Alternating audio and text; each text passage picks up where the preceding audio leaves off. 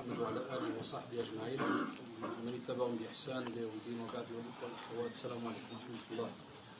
جزاكم الله pour votre patience, Inch'Allah. Et on revient à ce qu'on a dit. Donc, قلنا في البداية ما نساوش الشهوات يا شباب. Les ikhwan, donc الشهوات, les passions, les envies et autres, quand elles sont donc déplacées. On a compris le premier sujet. Puis on est passé donc à cet être humain qui, subhanallah, aime en général tout ce qui est les biens de cette terre. Ce qui est tout à fait normal pour certains. Là, qui pour nous, en tant que musulmans,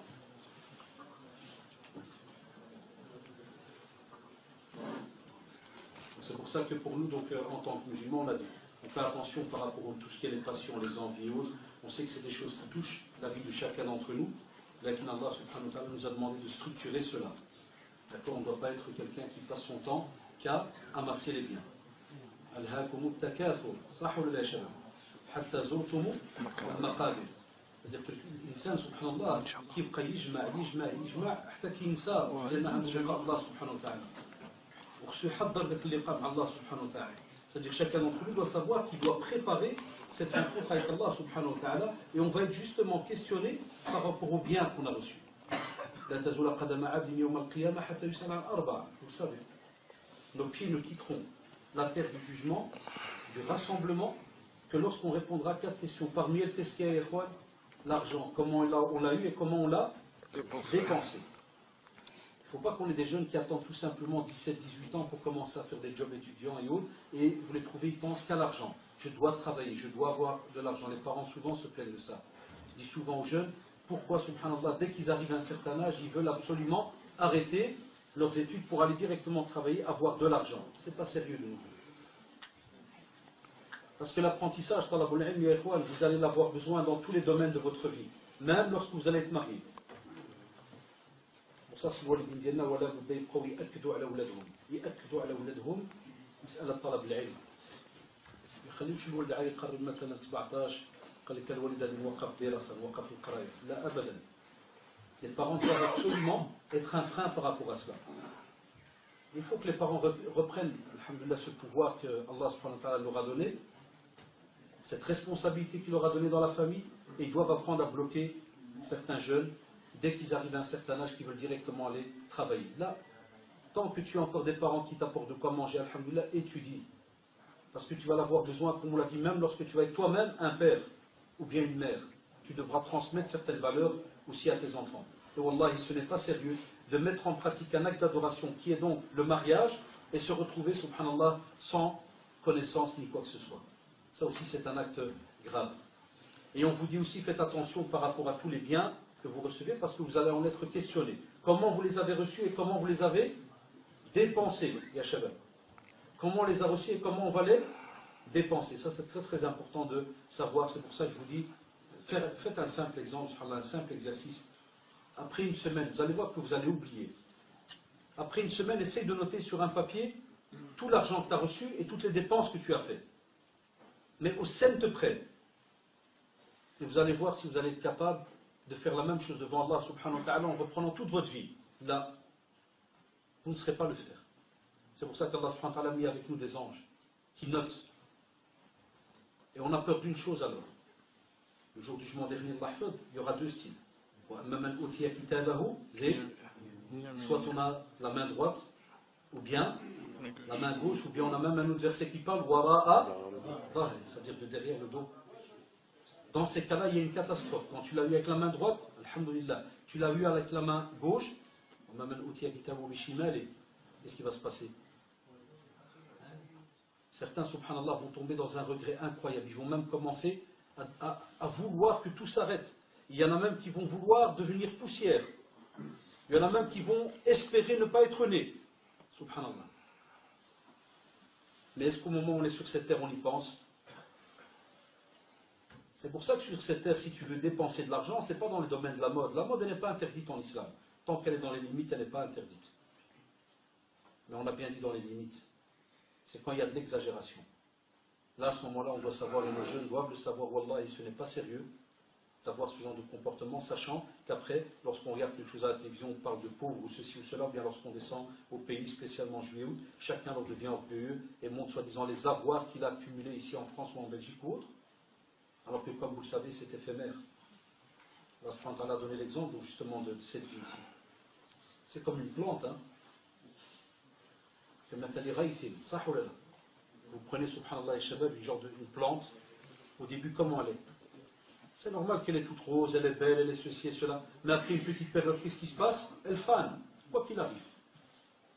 L'être humain, c'est la même chose. Il n'est pas éternel sur cette terre. Deuxième point aussi très très important. Quand tu veux être sérieux, machallah, dans ta pratique, tu dois absolument ne pas rester sur les traces de l'ignorance, et spécialement ceux qui, par exemple, étaient dans l'égarement total. Il y a des jeunes qui pensent que si jamais on revient dans la pratique, on doit, entre guillemets, parce qu'on n'a pas compris ce que j'ai dit tout à l'heure, des fois, certains, j'ai dit, il ne faut pas oublier ceux que vous avez fréquentés pendant des années, et qui sont encore dans l'égarement. Mais qu'est-ce que j'ai dit? D'abord apprendre, être bien armé, tu reviens vers eux. Pourquoi? Le prophète, la tradition, vous la connaissez, c'est celui qui avait tué les 99 personnes. On lui a fait croire que 99, c'est vrai que vous n'avez pas 99. En Belgique, on a 99. Là, il faut me rappeler quelques mots qui sont différents. Donc il a tué 99. Il est venu chez quelqu'un qui a de la science, l'autre lui a dit voilà, j'ai tué 99. Il a dit c'est foutu pour toi, c'est fini. Comme il se passe aujourd'hui chez certains jeunes qui ferment la porte au repentir et il n'y a plus. Il te dit toi, t'es un foutu, c'est fini. Va te jeter, ou va te tuer, ou ta vie est foutue. Là, qu'est-ce qu'il a répondu? Il a dit c'est tout, s'il n'y a plus rien, ben, je termine avec toi sans. Il l'a tué. Il rencontre un deuxième. Et c'est là qu'on prend la leçon. Qu'est-ce qu'il lui a demandé de faire? Est-ce qu'il a dit de rester là où il était? Il lui a dit de changer d'endroit et d'aller dans un endroit où il y a des gens pieux. Et c'est pour ça qu'on vous dit alors à ce moment-là, Ikhwan, impossible si tu veux être soi-disant sérieux et revenir dans la pratique et que tu restes dans le même endroit où tu es d'habitude. Tu dois absolument, pour te sevrer, sortir de ce système-là. Et c'est ce qu'on demande à nos jeunes. Mais tant qu'ils n'accepteront pas cette règle, c'est tout à fait normal qu'on n'a pas de la pratique sérieuse. C'est pour ça que tu vois le jeune, même si tu le vois lundi à la mosquée, puis mercredi, tu vas le retrouver faire n'importe quoi dans la rue. Puis il revient jeudi. Pourquoi, Shabab? Parce que justement, il a gardé ce même milieu. Il a gardé ce même milieu. Et ça, on ne peut pas. Wallah, vous ne trouverez pas d'autres excuses en religion par rapport à cela. Tu dois quitter le milieu dans lequel il y avait donc le mal. Et c'est pour cela qu'on te dit, alors à ce moment-là, fais un genre de résumé. Et accepte aussi. Acceptez aussi, les remarques des autres. Ça aussi, c'est un système qui n'est pas très sérieux chez nous. Ça veut dire quoi, ya shabab? Il a جاو الوالدين سبحان الله وشافوا الولاد ديالهم مثلا كيديروا n'importe quoi, كيدخل كيخرج واحد ما كيتكلم معاهم. Certains jeunes donc comprennent ce que je viens de dire. Il y a des fois des parents, ils voient leurs enfants entrer, sortir, ils ne demandent rien. Et puis quand tu dis au père, علاش ما كتسألوش؟ يقول لك كنخاف نعصبو. كنخاف يتعصب ويهرب. Il y a jusqu'où on est arrivé. Tu lui dis pourquoi tu lui parles pas? Il dit moi j'ai peur que si jamais je vais lui parler, il va s'énerver, il va quitter la maison. Est-ce qu'on doit encore entendre aujourd'hui ce genre de phrase chez un musulman, chez un jeune musulman qui fonctionne avec des menaces avec ses parents parce qu'il doit absolument retourner dans le coin là où il est habitué à s'amuser ou à tenir les murs ou à faire, comme vous le savez, à chaque ville ici maintenant, que ce soit en France ou en Belgique, il y a chaque fois des petites histoires qui se passent. Et c'est dommage parce qu'à chaque fois on parle au nom des musulmans. Vous savez, quand on dit maghrébin, il ne faut pas tourner autour du pot. Wallah il a dit. Quand on dise marocain, algérien, tunisien, vous savez très bien que est égal quoi? Musulman. Voilà dit. Qui va revenir à son devoir comme il faut? Les deux. Soit les parents, des fois, ils sont des missionnaires parce que les pauvres et les jeunes doivent nous entendre. C'est parce que vous-même, certains jeunes, voilà, vous allez voir. Dites-le à vos amis, vous allez être parents un jour. Et vous allez savoir c'est quoi un enfant arrivé minuit, il n'est toujours pas là. Il s'enclenche un thermostat chez les parents, en vérité à partir déjà de 8 heures. Certains même parents nous disent au bureau, moi ça s'enclenche la peur dès qu'il fait déjà noir. Parce que la noire, elle est connue. Le noir plutôt est connu. Vous savez, la nuit, c'est pas n'importe qui sort. Surtout dans la sunna, al Maghreb, les enfants, on ne les retrouve pas dehors. Tu vois, subhanallah. Est-ce qu'on les retrouve dehors? Regardez notre religion, elle a tout expliqué. qu'on doit attendre qu'un non-musulman fasse la remarque et dise ce sont les enfants des musulmans qu'on retrouve le plus dehors, quand ça, comme des chauves-souris la nuit. C'est-à-dire la journée introuvable, la nuit, les équipes elles sortent. C'est l'inverse chez un musulman. C'est l'inverse. Et s'il sort, c'est qu'il a un devoir bien précis à faire. Tout ça, on vous le met sur le dos pour que vous le transmettez aux autres et que vous sachiez que, wallah, on sera questionné par rapport à ça le jour du jugement dernier. Donc tu dois absolument structurer, même ta sortie, même quand tu es à l'extérieur. Le musulman khalé qui ne peut pas bloquer le chemin aux gens, il ne peut pas cracher par terre, il ne peut pas regarder, vous savez, hein, les femmes, ceci, cela. Combien de règles? Il ne peut pas lever comme ça sa voix, il ne peut pas crier. Tout a été défini, même comment tu marches. Comme a dit le compagnon, il a dit le prophète nous a tout appris, même comment les faire, ses besoins. Tout a été laissé. Est-ce que nous on est sérieux? Un point, on a dû faire du chantage avec nos parents pour qu'ils espèrent que leur enfant il entre. Avant, on disait le garçon, maintenant c'est les deux, garçon et fille. Un musulman qui est sérieux, wallah, il ne sort jamais sans la permission de ses parents, tant qu'il vit chez ses parents. Hatta même certains de nos professeurs, ma chère Jazakumullah, ils nous disent que normalement un frère musulman, même s'il est marié, il doit appeler le Walid, je vais voyager. Est-ce qu'on le fait nous? Wallah, il doit appeler son père pour lui dire à Walid, je vais voyager. Est-ce que tu n'as pas d'objection, tu n'as pas de... Pour que tu espères entendre de sa bouche quoi? Allah irda alik. Vous savez, prendre ta valise et partir sur une dernière phrase qui est Allah irda alik, qu'Allah t'agrée. Ah, tu as gagné tout ce qu'il y a sur la terre. Ça ou là. Où est-ce qu'on est nous par rapport à cela? Non, au contraire, il y a des jeunes qui lui disent attention, hein, dis pas à ton père parce que sinon il va te casser la tête. Ou bien dis pas à ton père parce qu'il va te coller un sac. Les jeunes maintenant quand ils partent avec leur petit golf ou bien une petite voiture, entre eux, 3-4, c'est la honte de prendre un sac rayé, là, bizarre. Vous savez comment c'est, hein? Et que ton père aussi l'a mis dedans des petites assiettes, des petits verres, parce que c'est son système avec sa mère. Avec qui est ta mère, alhamdoulilah, avec son épouse Afouane. Et tu trouves les jeunes, ils essayent de partir, puis sur l'autoroute, excuse-moi, je suis parti hier soir, hein, t'as vu, hein? Non, t'as vu, qu'est-ce que j'ai vu? Vous voyez, même si ça peut paraître un simple petit acte, on te dit ça, ce sont des traces d'ignorance. Et l'ignorance, comme vous le savez, ce n'est pas une excuse pour nous en tant que musulmans. Impossible. Le jour du jugement dernier, personne ne pourra dire, Ya Allah, je ne savais pas. Parce qu'alhamdoulilah, vous avez maintenant le machette, vous avez les rappels, vous avez l'internet, vous avez tous les moyens qui sont devant vous. Cela alors nous amène au troisième point, qui est lequel, et où on prouve qu'on n'est pas sérieux, c'est le fait que l'on n'apprend pas sérieusement. La preuve, posez-vous la question, Irwan. Qui a un programme ici de Coran chaque jour chez lui à la maison? Levez la main. On est entre nous, alhamdoulilah. Levez la main. C'est bien, mashallah, wahid, sincèrement, 2, 3. Alors, on devrait se battre. Tout le monde devrait faire ça. C'est automatique. Et ce n'est même pas de l'orgueil ou de l'ostentation. Ça doit être quelque chose d'automatique. Ça ne doit même pas se poser comme question. Obligatoirement. Tu veux être sérieux dans ta pratique, wallah, et tu dois absolument avoir un exemple. Un petit quart d'heure, par exemple, pour la lecture du Coran. Regardez comment on est devenu radin, nous. Hein. On supplie les gens pour faire un quart d'heure de Coran. Et la preuve, nos parents, ils le savent. Certains gosses ne touchent pas au Coran des fois pendant 1 an ou 2 ans. Le Coran, il est mis sur l'étagère, bien poussiéré, point à la ligne, c'est tout.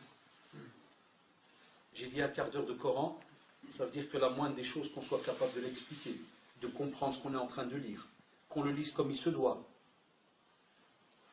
Après, mashallah, tu dis que tu es rattaché au prophète Mohammed sallallahu alayhi wa sallam.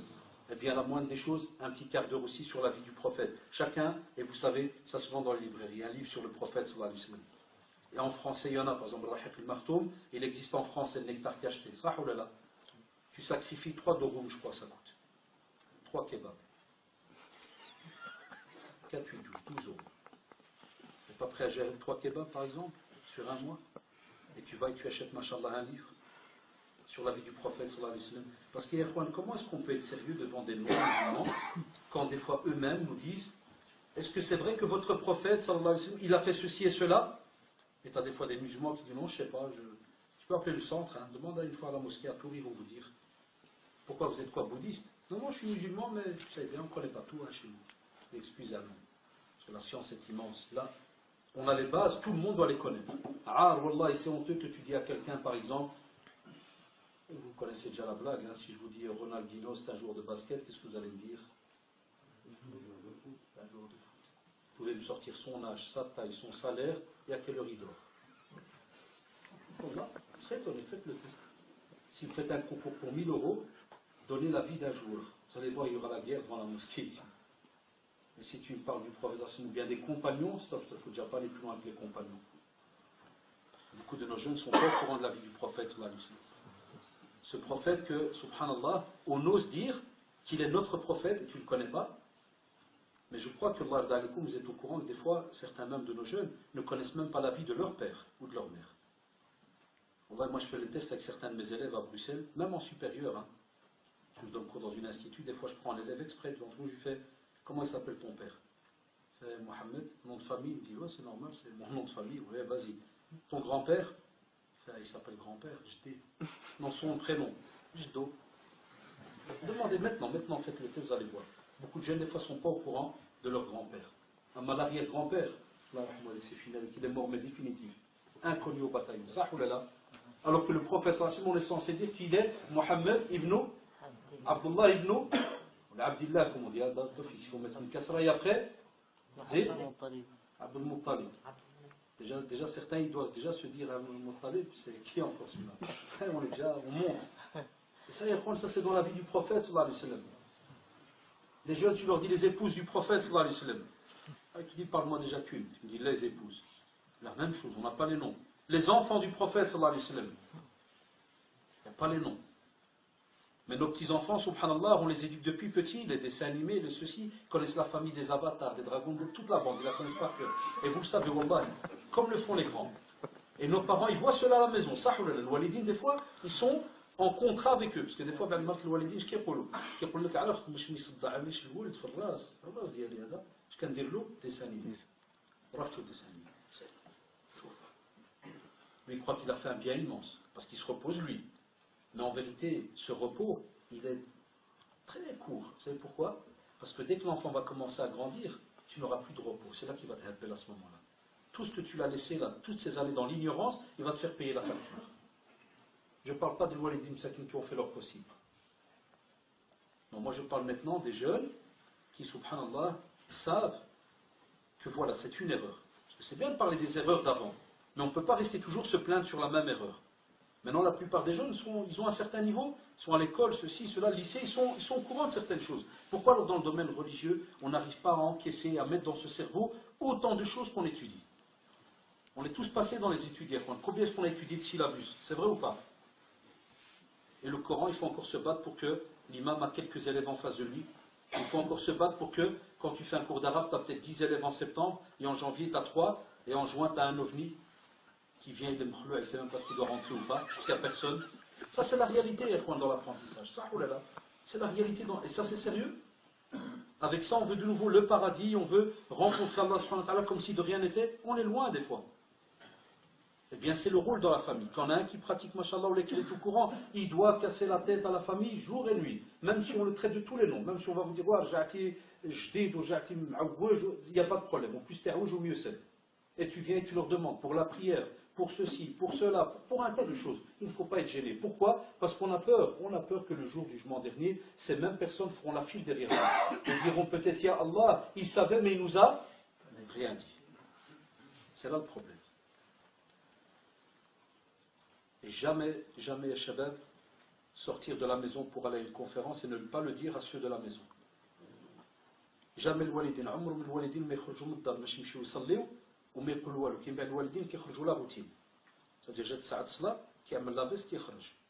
ولا تقول واش سألتي الولاد؟ كيقول لك لا هما ما كيجيوش. لا. يوميا تقول له كل صلاة كل عشية. Tous les jours tu dois lui dire. Un jour, on a testé une blague avec des parents à la mosquée. J'avais un dars avec eux. Il y a un père, il m'a dit mosquée. قال لي أنا j'en ai marre. فينا نقول لهم يلا نتجمع لا. أو لا إحنا ماجين et ils viennent pas. قلت له عمي كاين واحد اللعبة ديال اش كاين؟ قلت له ادخل الدار إن شاء الله. تعشوا ولا باقي؟ قال لي باقي ما تعشوا. قلت له ادخل زرق البيبان زرق الباب ما تقول والو كل مرة ونفتح.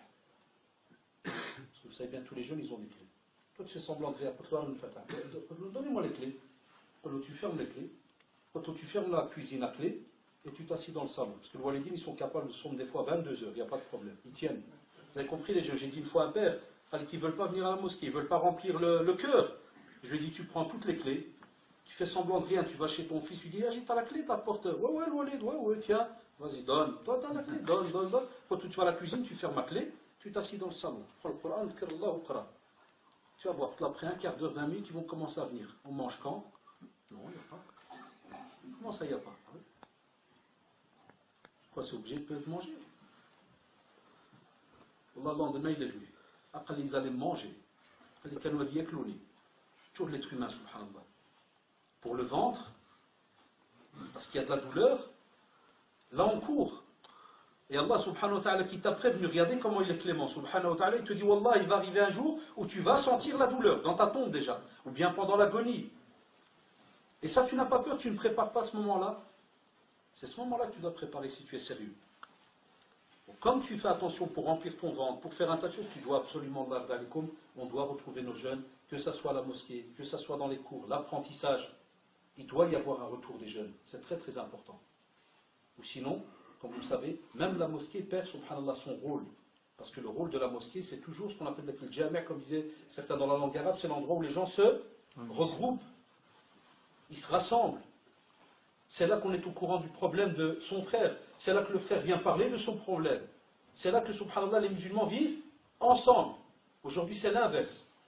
On connaît plus de détails de quelqu'un dans la rue que à l'intérieur de la mosquée. Et c'est pour cela qu'on vous dit, Allah d'alikum,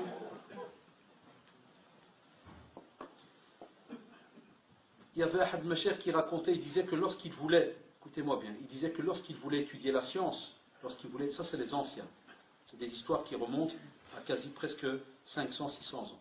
Il disait lorsqu'il voulait chercher la science, écoutez-moi bien, il avait tellement pas d'argent qu'il allait donc à une déchetterie, là où les gens jetaient les saletés. Et il dit, je cherchais dans la saleté s'il y avait quelque chose de comestible. Alors un des élèves lui a demandé, il a dit, Cheikh, pourquoi tu faisais ça? Il leur a dit, Wallahi, j'ai vendu tous mes habits pour acheter des livres et je n'ai laissé que un genre de qamis, mais où il n'a plus rien d'autre à vendre. Il leur a dit, j'ai tout vendu pour acheter les livres. Et il leur a dit, comme vous le savez, je n'ai pas le choix, je devais garder un tissu sur moi. Le musulman doit rester couvert. Alors qu'est-ce qui me restait? Il leur a dit, j'étais gêné d'aller mendier, donc il dit, j'allais dans les déchetteries et je cherchais, est-ce qu'il n'y avait pas quelque chose de mangeable? Et dans l'histoire qu'on raconte, quand il mangeait des feuilles de chou, il cherchait comme ça des légumes et il les mangeait. Mais là, de cette période-là jusqu'à maintenant, qui a le plus d'excuses? Eux ou nous? D'office, vous allez me dire eux. Et nous, alors, on va répondre quoi? Tous les moyens que vous avez. C'est pour ça que je dis attention. L'Internet, la TV. Il y en a qui vont rentrer maintenant après la conférence. C'est quoi le programme ce soir? Est-ce qu'on va discuter avec son épouse? Est-ce qu'on va raconter ce qu'on a entendu ici à ses enfants ou à ses frères et sœurs? Ou bien, subhanallah, on va se dire, on a donné un peu pour Allah, subhanahu wa ta'ala, maintenant on va donner un peu pour les passions et compagnie, puis on va se mettre devant la TV pendant 3 heures, et d'autres vont, même, fermer les yeux devant la télévision qui est ouverte, et puis ils vont se réveiller à 3 heures du matin, ils vont la fermer. C'est vrai ou pas? Internet, combien d'heures il prend? PlayStation et compagnie, combien d'heures ça prend? Et ce qui est grave ces derniers temps, Allah, et même des jeunes de 24, 25 ans, il y a des parents qui se plaignent des fois de leurs enfants. Le type, il est encore à la maison, il a 25 ans, qu'il se bat encore avec son frère pour la PSP et compagnie. Parce que lui, il doit faire FIFA 2010 et l'autre, il veut Manarafshini. Et c'est des grands, subhanallah. Mais personne ne se bat pour savoir l'heure de la prière. Ou bien qui va faire l'adhan en premier à la maison. Ou bien qui va faire en sorte de prévenir pour qu'on aille en groupe à la maison. Ça, c'est normalement l'éducation qu'on est censé retrouver dans les maisons chez nous. Ça, c'est quelque chose d'important, Yahouan. Pour que, Inch'Allah, ce que tu vas donner à ton enfant, plus tard, lui, il va le donner aussi à ses enfants. Et avant qu'il le donne à ses enfants, il va vivre toute une partie de sa vie avec ce qu'il a acquis comme entraînement. Que ce soit dans la patience, que ce soit dans la lecture, l'apprentissage, le sport, le ceci, le cela. Tout dans un juste milieu. Donc, tout ce que vous faites, vous en avez donc un bénéfice important. C'est pour cela que le 4e point, on vous dit faites attention, d'être superficiel. Faites attention, ne jamais être comme cela. Superficiel dans le domaine de l'adoration. Ça veut dire quoi? Ça veut dire qu'il y a des personnes qui font des calculs. Ils se disent, Et ça c'est très grave, ils se disent, alhamdoulilah, je prie déjà, c'est déjà bien. Ibn Qayyim, rahimahullah, il en a parlé dans les stratagèmes de Satan. Les stratagèmes de Satan, c'est-à-dire Satan, Allah, il a un programme avec chacun d'entre nous. Même moi qui vous parle, il a un programme avec moi. Wallah al-adim. Même avec l'imam, même avec celui qui fait du sport. Même avec, par exemple, il peut venir chez l'imam et lui dire, eh ouais, c'est le frère, tu feras toute ta vie 5 prières à la mosquée. Et les gens, machallah, ils sont dans les sociétés ou les villes là où ils venaient, où ils طلعوا يهودوا. Tu viens, Allah Akbar, alhamdoulilah, tu peux être imam privé pour Rassel. Et tu fais tes 5 prières. Ou tu es bhal ibadallah. Des fois, ils disent, moi aussi, pour venir aujourd'hui, le jour où il m'a appelé, Shaitan, Allah, il m'a rendu visite en 10 secondes top chrono. Il m'a dit Tours, 700 km. Nous amène qu'il n'y a pas de science là-bas, là, il n'y a personne pour parler. Je sais que il y a des gens encore plus calés peut-être que moi ici, mais c'est pour changer un peu les têtes. Shaitan, il veut en 10 secondes, il m'a dit Allah, il n'y a pas moyen de rester à Bruxelles et ça te fait un tas d'une heure après t'es à la maison. Alors que je suis sorti, donc j'ai pris le train 1 heure.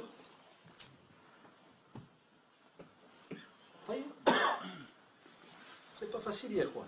Ne croyez pas que la vie comme ça, elle est facile. C'est pour ça que maintenant, ce que je vous dis, vous savez très bien, certains ont peut-être fourni un effort pour sortir de la maison et venir aujourd'hui. Certains sont peut-être venus avec des tartes et des pêches. Ceux qui, leurs parents les ont forcés à venir. Il y en a peut-être ici. Il y en a qui ont pleuré. Toi, tu crois qu'ils pleurent parce qu'il a le choix. Et son père vient le frapper à la maison pour qu'il vienne. Pas le choix, il n'y a rien. Il n'y a rien. Donc, comment voulez-vous, on arrive à un point après 1432 années de la hijra du prophète sallallahu alayhi wa sallam, où c'est comme si on se retrouvait au temps de Quraysh. On doit frapper quelqu'un, donc son fils, pour qu'il vienne dire quoi? Allahu Akbar. Subhanallah. Mais comme on n'en parle pas beaucoup, c'est devenu comme de la routine dans nos familles. Ça, comme si c'était quelque chose de normal. Mais sinon, quand on est dans un quartier comme celui-ci, normalement, il ne devrait même pas y avoir de place pour la prière. Tellement il y a de monde. Et vous en avez la preuve. C'est quand? C'est l'Eid. Chez nous, au centre islamique, des fois, quand je fais le dars, j'embête un peu l'Eid. Ramadan, j'embête un peu les gens. Parce qu'ils viennent de Tarawih, c'est plein. Des fois, pour les embêter, je leur dis, Ikhwan, après Ramadan, je vais dire au directeur du centre, on va faire des cartes de membres. Et je vais vous louer des places pour la prière. Alors les gens, ils te regardent comme ça, ils disent, qu'est-ce qu'il raconte? Il faut louer des places. Je leur dis, c'est normal. Je dis, parce que les saisonniers, les adorateurs d'Allah, subhanahu wa ta'ala, que lors des fêtes, à cause d'eux, on n'a plus de place. Et moi qui viens prier toute l'année, je me retrouve dans la rue. Et parce qu'un type, il s'est réveillé un jour avant Ramadan et qui croit que Ramadan c'est une petite fête une fois par an, il vient alors 1 heure avant le Maghrib, 1 heure avant l'Acha, qu'est-ce qu'il fait? Il vient tout content. Vous avez remarqué, certains, ils viennent, qui se font et tout, quand c'est Tarawih, c'est une fois dans la vie. Et il vient, il s'assit tout devant. Et toi qui pries tout le temps, où tu dois aller? Dans la rue. Et dès que la Ramadan se termine, dès que l'Aïd se termine, où est-ce qu'il est? C'est comme s'il referme c'est le porte-bagages quand on vient du Maroc, là, ou là d'Algérie, oui, il ferme, et comme s'il dit, on va le mettre à la cave à l'année prochaine. Voilà.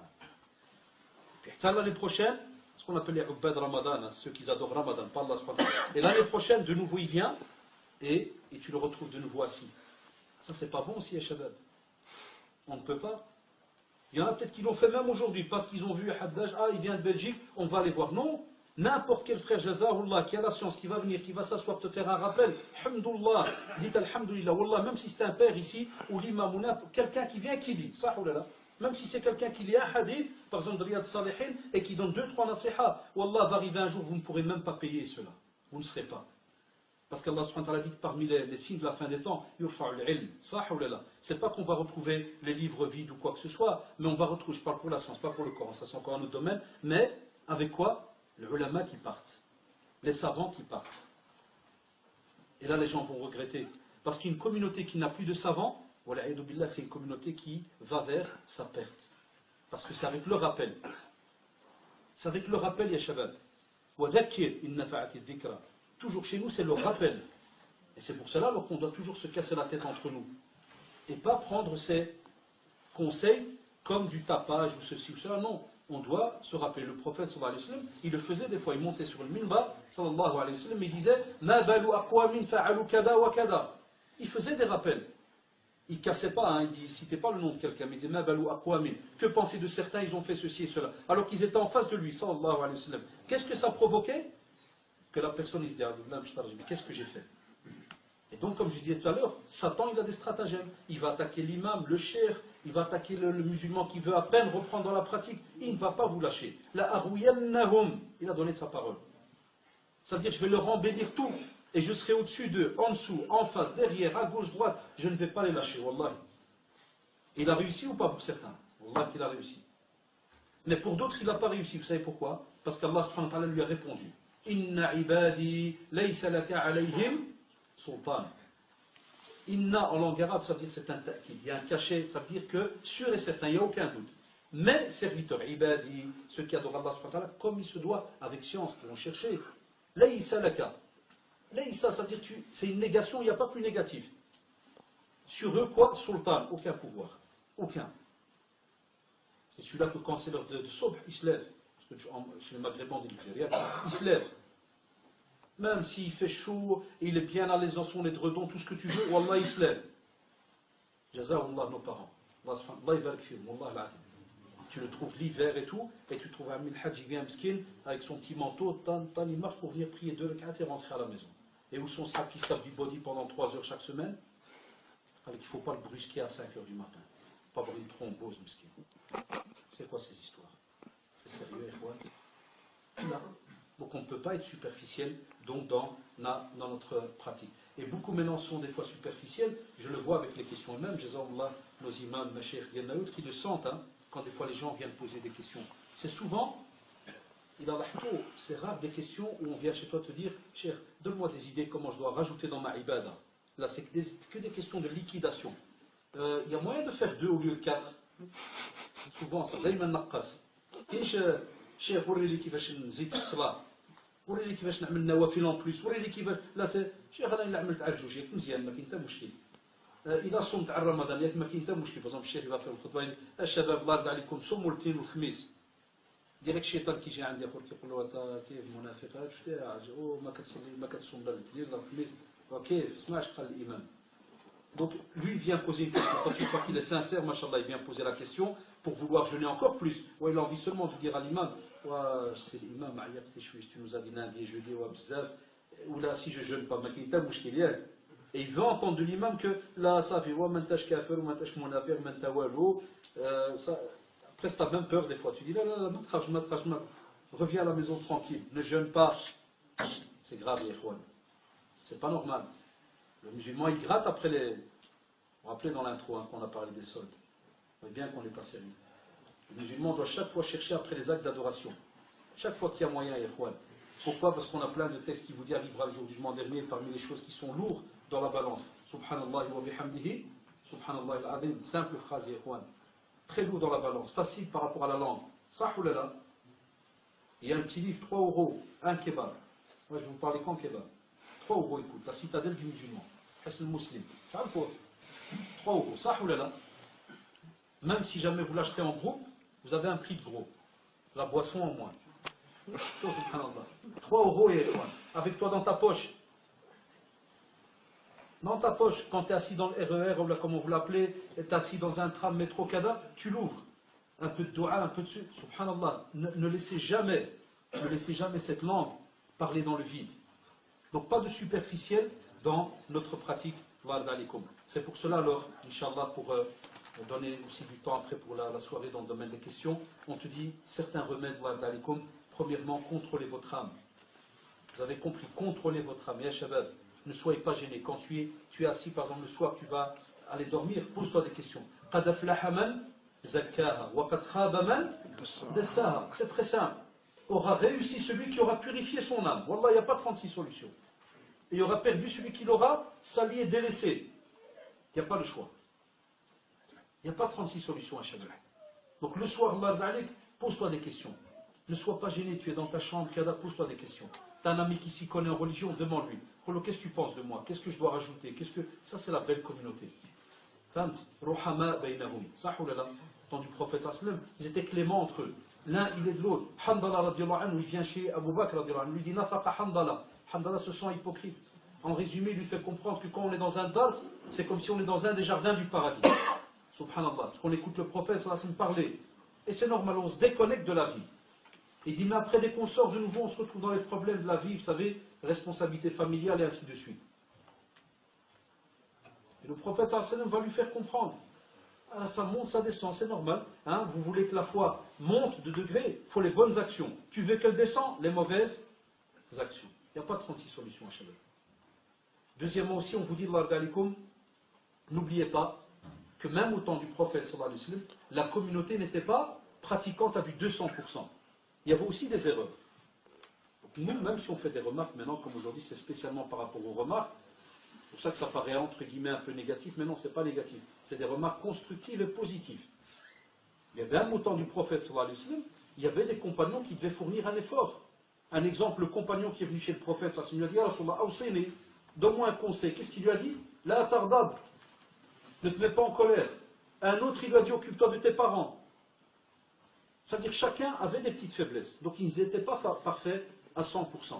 Et ça, c'est la réalité de chacun d'entre nous. Lakin à la différence, ya ikhwan, à la différence, il venait chez le prophète sallallahu alayhi wa sallam. Comme aujourd'hui, c'est bien, on vient chez l'imam, on vient chez un frère qui s'y connaît en religion, on vient, on demande, cher, donne-moi une wasiya. Tu me vois, je prie toujours ici, qu'est-ce que tu pourrais me donner comme conseil? Il va chez un oncle, il va chez son père, sa mère le matin, al-Walid. Les jeunes là, comme vous avez remarqué, est-ce que tout le monde embrasse la tête de ses parents ici? Ou bien il y en a qui rentrent et qui salutent. Ça va, une fois qu'il parlait à un rappeur, il fait des signes comme ça. Ça va, bah, tu vas bien? À l'aise, hein? Puis, non, va chez ton père, embrasse-lui la tête. Passe un peu ta main sur sa main, sur son épaule. L'Oualid, il n'y a pas une petite doua, une petite nasiha. Ça, c'est des choses qui vont t'aider aussi à réussir sur terre. On les a perdus, et c'est comme si on a deux équipes à la maison. On a les vieux et les jeunes. À une certaine heure, et c'est grave. Pour ça, moi, je suis contre les maisons. J'aime bien les apparts. J'aime pas les maisons. Vous savez pourquoi? Bon, on n'a pas le choix. Quand il faut une maison, il faut une maison. Mais les maisons, vous savez ce qu'elles ont provoqué? Des castes, des équipes. Les vieux sont au milieu, les garçons sont dans la cave et les filles au grenier. Ça fonctionne par équipe. Et les garçons, ils montent que pour. Il y a à manger, quel mec là? Dès qu'il y a un mal Krisha, qu'est-ce qu'il fait? Allez, salut, il redescend dans la cave. Halfa, dès qu'il termine, il redescend sous terre. Il y a que c'est vrai, il y en a qui habitent comme ça sous terre. Et ils ne montent que pour gratter, manger, prendre des. Subhanallah, là, c'est pas une vie musulmane. Normalement, on doit s'asseoir avec les parents. On doit leur demander comment tu vas louer, comment tu es. Parce qu'on espère, wallahi, on espère que le hanana que tu as, cette manière douce de fonctionner avec tes parents, Allah, premièrement, il t'agrée. Et deuxièmement, on espère que tes parents, tes enfants feront aussi là la même chose. Il y a des fois des parents qui te disent, c'est ça le sérieux de mes enfants, tu dis que c'est un pratiquant, il dit qu'il y a là, et je le vois une fois par semaine. Ça, c'est pour les sahabs qui se marient aussi. Même ceux qui se marient et qui croient qu'ils sont bien, ils sont pas dans l'erreur. Parce qu'il y en a des qui se marient avec les parents. Il vient chez eux, comme il va pour chercher le SMIG, ou là, je ne sais pas comment vous appelez ça, pour une paye, pour quelque chose, ou là, hein, à la cave. Hein, de nouveau la cave, et tu le vois, il va que pour de l'argent, là. Et ceux qui sont mariés, moi je vais chez mon père tous les dimanches, pour il va à l'église. Wallah, il va rendre visiter un curé, le marfad. Moi je vais chez mon père le dimanche. Subhanallah. Et ça, tu penses être sérieux dans ta pratique de cette manière-là? Et regarde nos parents, comment ils attendent juillet pour aller voir leurs parents. Tu trouves quand ils arrivent pas loin du bateau, là, les yeux ils brillent. Je crois qu'il est déjà assis avec sa mère et son père. Et nous, certains, c'est l'inverse. Dès qu'il voit son père, il dit à l'autre, il est encore là. Subhanallah. C'est pourquoi on est des fois très superficiels. On accepte les parents parce que, on accepte la prière, mais parce que, on accepte certaines pratiques, mais parce que, là, tout doit être bien structuré dans votre tête, Yerwan. Parce qu'une fois que tu perds certaines choses, tu ne sais plus la récupérer. Une minute que tu as perdue dans ta vie, une seconde, est-ce que tu peux revenir en arrière? Et le jugement dernier, on dira, il y en a qui vont demander, Ya Allah, est-ce qu'il n'y a pas moyen de revenir une minute sur terre pour mettre en pratique un acte d'adoration? Est-ce qu'ils pourront? Là. Et pensez alors à ceux qui ne faisaient presque rien. Vous savez à quoi ça ressemble? Dans le Coran, on le voit. Certains, subhanallah, vont passer, écoutez-moi bien, ils vont passer devant certains qui sont en enfer. Et qu'est-ce qu'ils vont leur dire? Ma salakakum fi saqar. Qu'est-ce qui vous a jeté en enfer? C'est comme si tu vas être étonné. Tu vas dire, mais toi, je te connais, qu'est-ce que tu fais là? Qu'est-ce qu'ils vont leur dire? Qalu zid lam naku min al-musallin wa lam naku nut'imu al-miskin wa kunna naqudu ma'a al-qawm hatta atana al-yaqin. Voilà pourquoi on vous dit qu'il faut un sérieux, il faut une constance. Parce que dès que tu laisses tomber, si la mort vient, parce que la mort, subhanallah, vous savez, elle peut passer par ton voisin, passer au-dessus de ta tête, et demain, qu'est-ce qu'elle fait? Elle revient vers toi. Et là, si jamais Allah fait d'elle revient dans un moment, tu es tout à fait à côté de la plaque, tu vas te retrouver dans ce verset. Les gens vont être étonnés. Ils disent, mais toi tu étais dans la pratique, et qu'est-ce que tu fais là? C'est normal. Parce qu'il n'y a pas eu une constance, il n'y a pas eu quelque chose de structuré, la personne alors elle a tout lâché. Et là, alors, comme vous le savez, ils vont leur dire, qu'est-ce que vous faites là? Eh bien voilà, soit un groupe va dire, on ne priait pas, on ne donnait pas à manger aux pauvres, nourrissait pas aux pauvres. Et ça c'est un grave problème. C'est ce qu'on entend souvent à la télévision par rapport à ce qui se passe dans les cités et autres. Les jeunes qui crament le temps. Ils se baladent pour se balader. Qu'est-ce que tu fais? Je fous rien. L'histoire, qu'est-ce que tu vas faire? Rien. Et demain, rien. Un très beau programme. C'est le machin, il n'y a pas de risque. Parce que le risque est égal à zéro. Il n'y a pas de fatigue. Il n'y a rien. Et il croit qu'au même moment, tu vas lui dire, tu veux le paradis, mon frère? Oui, mais c'est normal, hein. C'est quoi cette question? Là, tu n'auras rien. Parce que qui a rien, n'a rien. Qui donne rien, n'a rien. Si on va jouer à ce jeu-là, il n'y a rien. On ne peut pas y être. C'est pour cela, même ceux qui des fois pensent qu'ils sont contre un mur et qui te disent, ouais, mais je ne fais pas de mal, Wallah, tu fais un mal. Tu sais d'abord pour qui? Pour toi-même. Tu fais un mal pour toi-même déjà. Parce que tu vas être questionné pour cette heure-là que tu es en train de passer dans le vide. Aussi, on te dit, revois tes fréquentations, c'est important. On doit revoir nos fréquentations. Quelqu'un, vous savez, un musulman qui est intelligent, il ne va pas rejeter tout le monde. Mais vous savez, je vous ai dit tout à l'heure qu'on va en parler maintenant, quand je disais par rapport aux amis des fois qui sont bizarres et qu'on doit structurer, qu'est-ce qu'on vous demande? C'est simple. Un ami que tu sais qu'il ne va rien t'apporter, tu restes avec lui top chrono 3 minutes. Parce que certains amis qui n'apportent rien, c'est comme la peste. Si tu restes plus de 30 secondes, tu tombes malade toi aussi. Ça, et la preuve, je peux vous donner une preuve. Des fois, tu as un ami, c'est un paresseux, il ne fait jamais rien. Toi, tu viens avec une idée, il n'y a qu'avec un programme. À peine tu t'assieds avec lui, 10 minutes après, il te rend un dégoûté de la société. Alors toi, au début, tu es venu avec des projets que tu allais prier, que tu allais faire. À peine tu discutes, et il commence à dire, mais tu vas à telle mosquée, mais c'est des voleurs. Ah, tu vas à la conférence, mais tu vas là, et il te casse tout. Après 10 minutes, toi-même, si jamais je dois dire, tu vas aller, non. La fréquentation, très très important.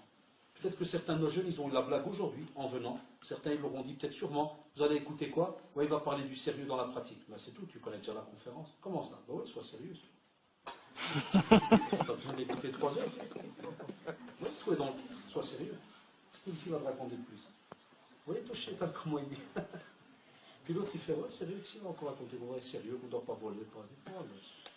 Mais il oublie que, subhanallah, qu'est-ce qu'il y a de spécial dans ces titres? C'est parce qu'ils sont donnés dans une mosquée. Le professeur Hassim m'a dit, lorsqu'il y a un groupe de personnes qui ils sont regroupés dans une des demeures d'Allah subhanahu wa ta'ala. Parmi les choses qu'il y a, nazalat alayhim as-sakina, as-sakina, l'apaisement. Ça, wallahi al-adim, vous ne pourrez l'avoir que dans une mosquée. Ni dans ta maison, ni nulle part. La vraie sakina, le vrai apaisement et shabbat, c'est dans la mosquée. C'est dans la mosquée. Et c'est pour cela que même s'il y a un titre qui, entre guillemets, d'apparence, veut dire ce qu'il veut dire, pourquoi est-ce qu'on exprime, on s'assit pour l'écouter? C'est ce que faisait le prophète sallallahu alayhi wa sallam, et tous les savants, tous les compagnons qui ont fait les savants et qui ont parlé après lui, c'est parce que le rappel, il ne touche et il ne profite aux croyants, mais il touche directement le cœur que lorsqu'il est dans un endroit où il sait que automatiquement il va être à l'extérieur de tout ce qui est problème de la vie, courir, les bruits et ainsi de suite. T'es apaisé, t'es là. Et en plus, subhanallah, tu as ton compteur qui tourne pour chaque minute que tu as passé donc ici dans la mosquée. Et on te dit aussi, l'autre conseil, ne reportez jamais à demain ce que vous êtes capable de faire aujourd'hui. C'est la maladie de taswif, comme on dit, sawfa. Le taswif, c'est qu'on dit chaque fois, demain je vais faire. Demain je vais reprendre la lecture. Ah, c'est trop tard, 21 septembre, je vais aller apprendre l'arabe. Jamais, wallah alaikum. Ya shabab, ne le faites jamais. Parce que dès que tu ouvres la porte à la discussion avec ton cerveau, tu ne vas pas le faire. Ça ou là, tu ne vas pas le faire. Et moi, je trouve toujours, et je le dis avec toute franchise, je donne cours à des convertis à Bruxelles. Le samedi, donc aujourd'hui, j'ai donné cours jusqu'à 1h, j'ai pris le train, donc j'ai arrêté un peu avant, et donc le matin, je donne cours aux convertis. On a des convertis, même ma belle-mère est convertie. On a des convertis, tabarakallah, minimum qui connaît un peu de Jésus. Il a à peine entré dans l'islam, il n'y a même pas 6 mois. Parce qu'ils suivent des cours de 3 mois. Type, il connaît déjà un hizb. connaît tous les doigts de la prière, tout ce qu'il faut. Et des fois, dans la même classe, tu as des musulmans de souche qui sont nés musulmans, mais ils n'ont pas pratiqué. Et des fois, quand on taquine, par exemple, je fais exprès pour un peu embêter les élèves, je fais Mohamed, le Fatiha. Oh, monsieur, ouais, j'apprends, hein. Doucement, hein. Il fait avec sa main comme ça. Il y a le Belge qui est devant et qui ne regarde pas ce qu'il y a il fait avec sa main. Et puis, tu vois, le Belge, il lève la main, parce qu'il est Jean-Jacques. Il dit, monsieur, je peux la réciter, s'il vous plaît. Pour ça, j'ai des hasanat. Pourquoi tu dis, wesh, hada c'est un drôle, wesh, c'est un ouvrier. Le Maghrabi, quand tu lui dis, Qra al-Fatiha, il te fait, oh, ça fait, ouais, tu fais, là, il te dit, mais j'ai déjà lu tout à l'heure. Alors que le prophète, sallallahu alayhi wa sallam, vous vous rappelez le hadith alif lam mim, alif harf, lam harf, mim harf. 10 hasanat chaque fois par lettre. Et quand tu apprends, il y a mon frère, il y a ma soeur, quand tu apprends, chaque fois que tu te la'akam, là, que tu te trompes, tu mélanges les lettres, wallah, il y a chaque fois 10 hasanat en plus. Et Allah subhanahu wa ta'ala le dit, yuda'ifu liman yasha, subhanahu wa ta'ala. Donc, ça veut dire qu'il multiplie à celui qui veut. Mais qu'est-ce qu'on a encore des excuses le jour du jugement dernier? Est-ce qu'on peut encore oser, comme on entend certains, dire que Allah subhanahu wa ta'ala est injuste? Pourquoi il y a ceci, pourquoi il y a cela? Là, toute faute, bima kasabat, comme il le dit Allah subhanahu wa ta'ala. Et encore, ya'fu an kathir, wallah, il nous pardonne sur beaucoup de choses. Mais beaucoup de choses qu'on subit, c'est à cause de ce que nos mains ont fait. Wallah, et aussi pour terminer, il faut faire aussi attention à ne pas grossir en général les problèmes. Chacun d'entre nous, lorsqu'on parle maintenant d'être sérieux et de pratiquer, il y a des fois des jeunes qui nous disent, ils nous font un retour en nous disant « Ouais, mais on vit dans une société où il y a des problèmes, le chômage, le ceci, le cela. » Wallah, il y a un vrai musulman au contraire. Le prophète sallallahu alayhi wa sallam, il a dit, le croyant, le vrai, le mu'min, le vrai, hein, si jamais il est touché par un bien, chacun, il remercie.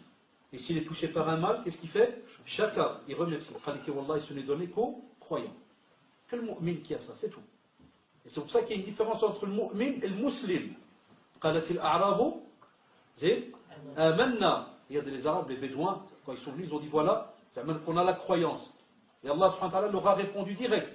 Ils ont dit non, dites plutôt aslamna. Pourquoi? Walamma. Faut pas trop, il y en a qui se trompent en langue arabe. Ils croient que walamma, ça veut dire quand. Là, c'est une erreur en arabe. Walamma, ça veut dire c'est une négation. C'est-à-dire la foi n'est pas entrée comme il se doit. Comme on le voit aujourd'hui, certains qui disent oui, je suis musulman, mais pas pratiquant. J'aime bien dans vos émissions en France. C'est seulement en France. Tu as un gars qui vient, Mohamed Ben Titi, Allah, parce que je ne veux pas accuser quelqu'un.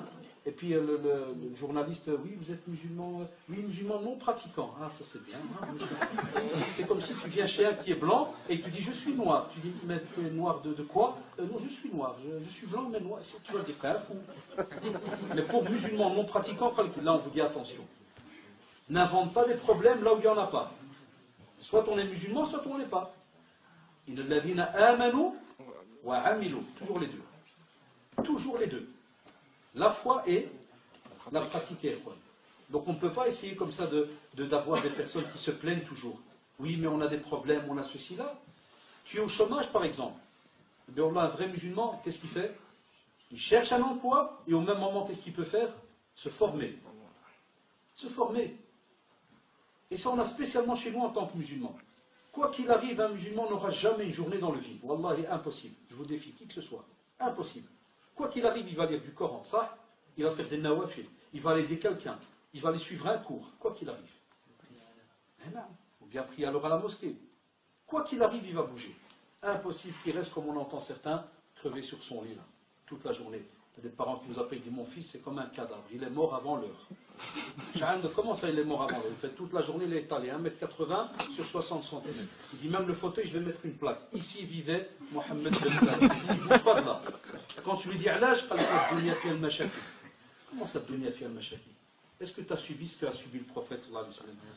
Il y a un compagnon, radiallahu anhu, son nom m'est parti, mais dans le hadith, il est authentique, il disait que quand il y a eu la période de l'embargo, quand les Mécois, ils avaient interdit tout le business, commerce, tout, mariage avec les musulmans.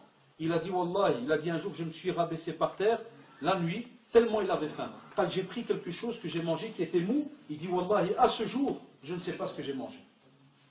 Est-ce que c'était peut-être des excréments d'animaux? Il ne sait pas. Radiallahu anhu. Quel problème on a aujourd'hui à Shabbat? On n'a pas de problème, Wallah.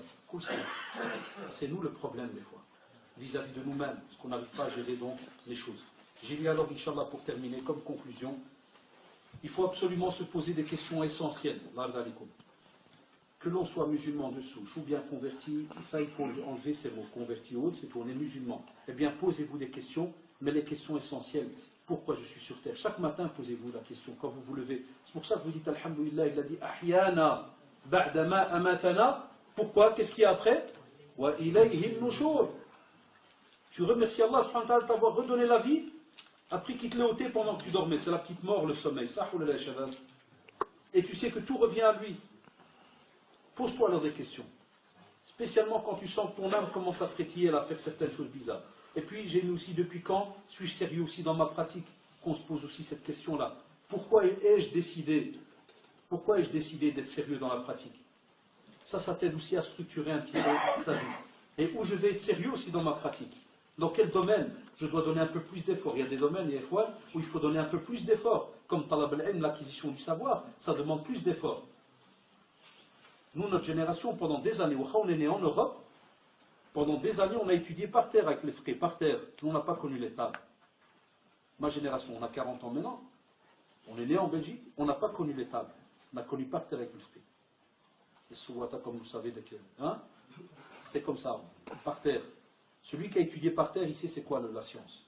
Moi, aujourd'hui, il est avec une chaise, l'air conditionné sur sa tête, les projecteurs, 500 objets, mais il n'y a rien là-dedans, c'est pas normal. C'est qu'il y a un problème quelque part. Donc quoi qu'il arrive, on te dit, demande-toi là, est-ce qu'il y a vraiment du sérieux par rapport à tout ce qu'il y a autour de toi, et même comme ça tu oses dire, je n'ai pas, il me manque ceci ou cela, et on va te dire aussi, tu vas devoir répondre à des questions, et quoi, le jour du jugement dernier. Est-ce qu'on est prêt? Est-ce qu'on est capable de répondre à ces questions-là? Et j'ai mis aussi, est-ce qu'un programme aussi a été fait? Et j'ai mis aussi comme question, suis-je prêt à être confronté aux mauvaises fréquentations, aux mauvaises pensées? Est-ce qu'on est prêt à cela? Et aussi, si ma situation financière venait un jour à changer, est-ce que je suis quelqu'un qui va lâcher ma pratique et ma religion? Donc vous avez remarqué, il y a beaucoup de travail à faire. Et ce travail, subhanallah et shabab, même si celui qui parmi vous maintenant fait tout ce que je viens de dire, il est au courant déjà qu'il doit être aussi tout le temps aux aguets parce que Satan, Allah, ne lâche pas une minute. Et il attendra spécialement quand la vitesse de croisière va diminuer pour venir lui donc à la charge. Comme vous l'avez remarqué, ce sont quelques rappels. Et comme vous le savez, plein de choses, wallah, certains d'entre vous le connaissent tout ce qu'on vient de dire. Lakin, c'est ça qui est beau dans notre religion. Toute notre vie est faite de rappels. Et tout le temps, on fait des rappels. Ad-dinu an-nasiha, comme l'a répété le prophète 3 fois d'affilée. La sincérité, le conseil, c'est très très important. Et comme on l'a dit, et je l'entends d'un de mes frères ici, toujours le rappel. Allah alaikum, faites votre possible pour mettre en pratique un petit peu tous ces rappels. Et aussi, comme je dis toujours, quand on se déplace, c'est important que ceux qui écoutent ne gardent pas, ne gardez pas en vous ce que vous avez entendu. Mais, qu'est-ce qu'il faut faire? Transmettre. C'est-à-dire, demain matin, il y a le ftour, on est assis en famille, je mets les enfants, on leur dit voilà, ils n'ont pas eu l'occasion par exemple de venir, les enfants. Voilà ce qui est aujourd'hui. Hier, par exemple, à la mosquée, on a parlé de ça. Faites attention, faites ceci, faites cela. On est au travail, on a une pause, on est entre frères, la même chose. On ne parle pas de n'importe quoi. On fait des petits rappels. Et Inch'Allah, comme vous savez, toute personne,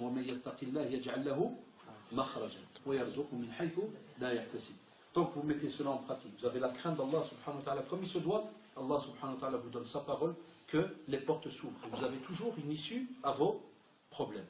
Mais si et seulement si, il y a taqwa Allah, la crainte d'Allah subhanahu wa ta'ala. Donc Inch'Allah, maintenant comme vous l'avez remarqué, donc il y a la deuxième partie, ceux qui ont ce soir, il ne reste plus rien Inch'Allah. Ce thème, regarde, il commence à se plier en deux, il ne reste plus rien, Wallah. Et moi je le fais, normalement c'est pas bien de le faire, mais moi je vous le dis plus pour qu'on se remonte le moral. Sachez que je travaille aujourd'hui depuis 7h30 du matin au centre islamique, je ne suis pas rentré à la maison. Je n'ai pas vu mes gosses depuis hier. Donc, depuis 7h30, vous savez, je vais rentrer demain. Le train il va arriver à quelle heure à Bruxelles? À 2h de l'après-midi. Donc, je crois que vous, si vous allez rester encore, Inch'Allah, à 1h, maximum 1h30 peut-être, je crois que c'est un bénéfice pour tout le monde. Faites comme si vous étiez dans un mariage et qu'il y a une zerda qui arrive. La seule zerda qu'il y aura, c'est le hasanat, Inch'Allah. C'est pas palpable, mais c'est un très très beau goût le jour du jugement dernier. Quand on vous dira, voilà, ça c'est à vous, prenez. Ah, vous allez dire, oh, alhamdoulilah qu'il est venu de loin. Alhamdoulilah que l'imam a donné un dars. Alhamdoulilah qu'un frère a donné un coup. Et non, c'est là qu'on le retrouve là. Voilà. d'avoir effectivement nous avoir mis ici à la mosquée de Tours le frère Rachid Haddad d'être venu parmi nous, parce qu'effectivement si je le dis et je le répète, on ne le répète jamais assez, puisque s'il y en a qui doit être remercié et digne de louange, comme vous le savez, effectivement c'est Allah Azzawajal et son prophète. Nous on n'est que des instruments, ou en particulier le frère qui fait des routes depuis un certain nombre d'années. Effectivement je le remercie sincèrement, fraternellement évidemment d'avoir fait tout ce chemin. Et comme il l'a dit au préalable, on va essayer de rester encore ensemble, Inch'Allah, puisque comme vous le savez, comme il l'a expliqué très clairement, on est dans un petit conte paradis, Inch'Allah, et c'est les anges qui sont ici présents qui vont rapporter à Allah Azzawajal que les uns et les autres, vous êtes ici présents et vous avez un certain nombre de baraka, Inch'Allah. Simplement, avant de passer aux questions-réponses, vous pouvez même éventuellement, ceux qui ne veulent pas l'écrire sur papier, nous interpeller ou l'interpeller plutôt le frère en levant la main. Il y a des papiers qui ont été distribués, sur lequel il y a un certain nombre de choses, je ne sais plus exactement ce qui a marqué, je synthétise, je crois qu'il y a marqué le nom, prénom, l'adresse email et le numéro de téléphone. Alors sachez qu'effectivement c'est des choses qu'on va garder, on ne va pas les distribuer à qui que ce soit, parce que je voudrais juste préciser les choses, parce que souvent les frères ils n'osent pas, ou les sœurs n'osent pas mettre le nom ou le prénom pour dire bon, pourquoi ils nous demandent le nom, sachez c'est uniquement pour vous informer, comme c'est indiqué sur le papier, des activités qui sont organisées au sein de la mosquée Tours et aussi éventuellement au sein des autres mosquées comme Bousignac ou Joué Tours ou l'ICM dont le président est Mohamed François. S'il y a des questions dans l'Assemblée, levez la main. N'hésitez surtout pas, vraiment n'hésitez surtout pas, comme il vous l'a dit, il est là pour répondre à vos questions, même si il a dit, il s'est levé depuis tout à l'heure, 7h du matin, il est un peu fatigué, mais c'est pas grave, on va encore le fatiguer encore plus, et c'est ce qu'il demande, Inch'Allah. Voilà que l'on fait. C'est une question posée, vas-y, la main et tu... Et donc, comme on l'a dit, si je sais répondre, je réponds. Quand je ne sais pas, je vous dirai.